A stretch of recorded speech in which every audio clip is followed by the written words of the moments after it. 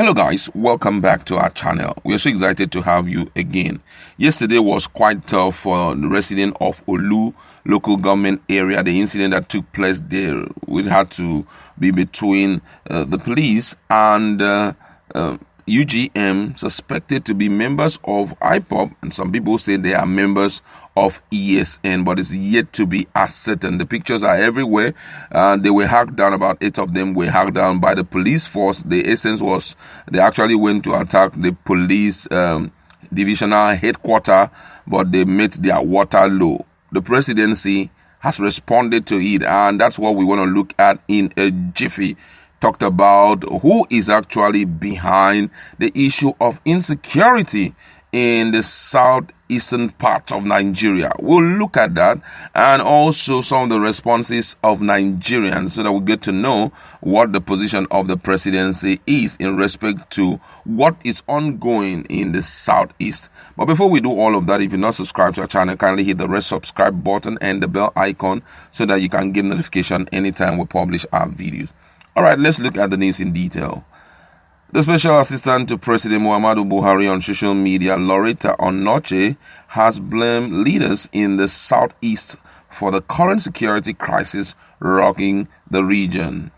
Onoche stated this via a tweet on her social media handle on Friday, claimed the inability of the leaders to caution the youth against crime is causing the killing.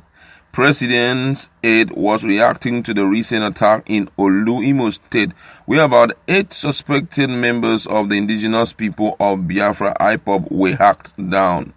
It has been reported that the hoodlums suspected to be members of IPOB attacked the police divisional headquarters on Thursday night. The joint security operatives who engaged the hoodlums in a gun duel hacked down 8 of the attackers and recovered several vehicles. Reacting, Onoche said the Southeast leaders only attacked the president but failed to instill values in their youths. Where are Igbo leaders? Why are they silent? Misguided ones among Igbos are turning your homeland into a battleground. Mothers are crying. 8 mothers are crying today. 8 fathers are crying today. Many aunties are crying today. Uncles too. Many children, nieces, nephews, friends too. Many Igbo leaders condemn daily a president who had favored Igbos more than any other ethnic group in Nigeria. Their hatred provided a fertile ground for the current insecurity in the southeast. Please recall the brainwashed youth you manipulated into untimely death.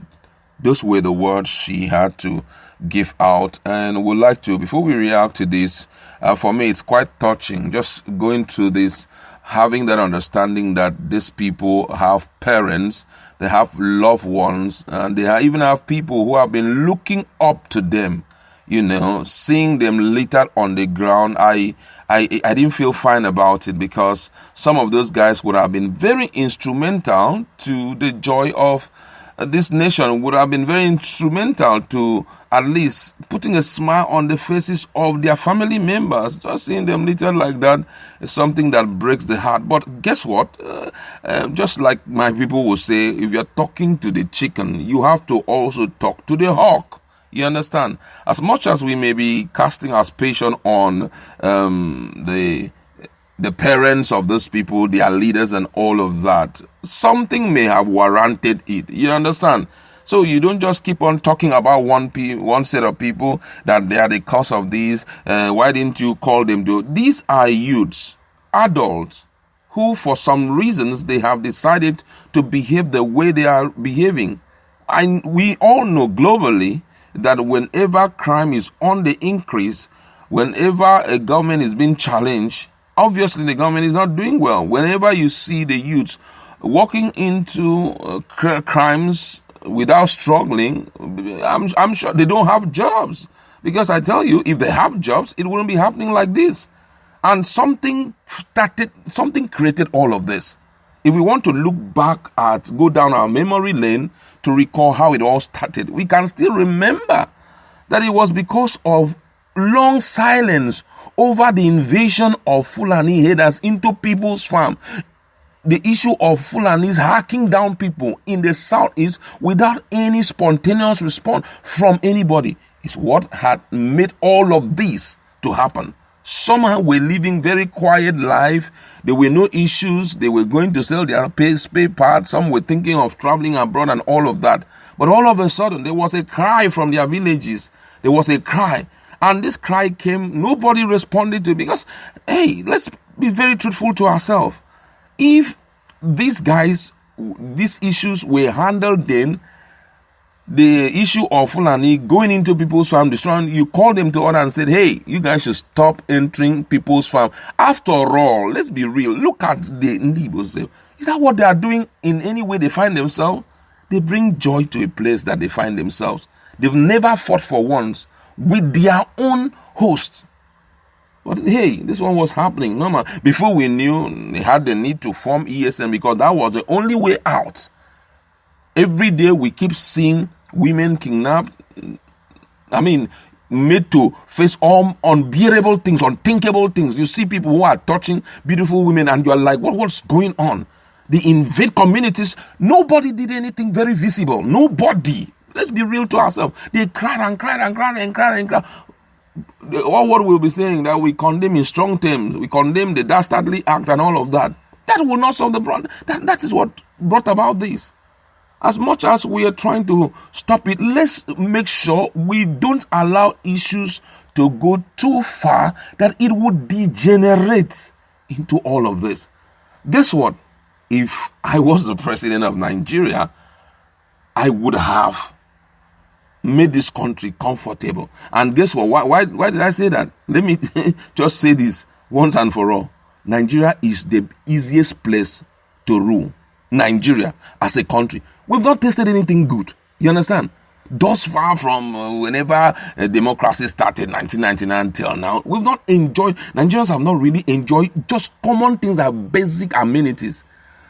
Good access road, pipe-borne water, housing, employment. We've not enjoyed it. So imagine someone coming in to give steady light, fix all the roads, make sure that security is intact, and do all of those things. Nigeria would not even care if you want to loot the whole country. We are not interested. As far as we have a comfort, Nigerians are hustlers. As far as we have a comfortable environment to live in, I go back when I see light. I want to do my investment. I am not disturbed by anybody.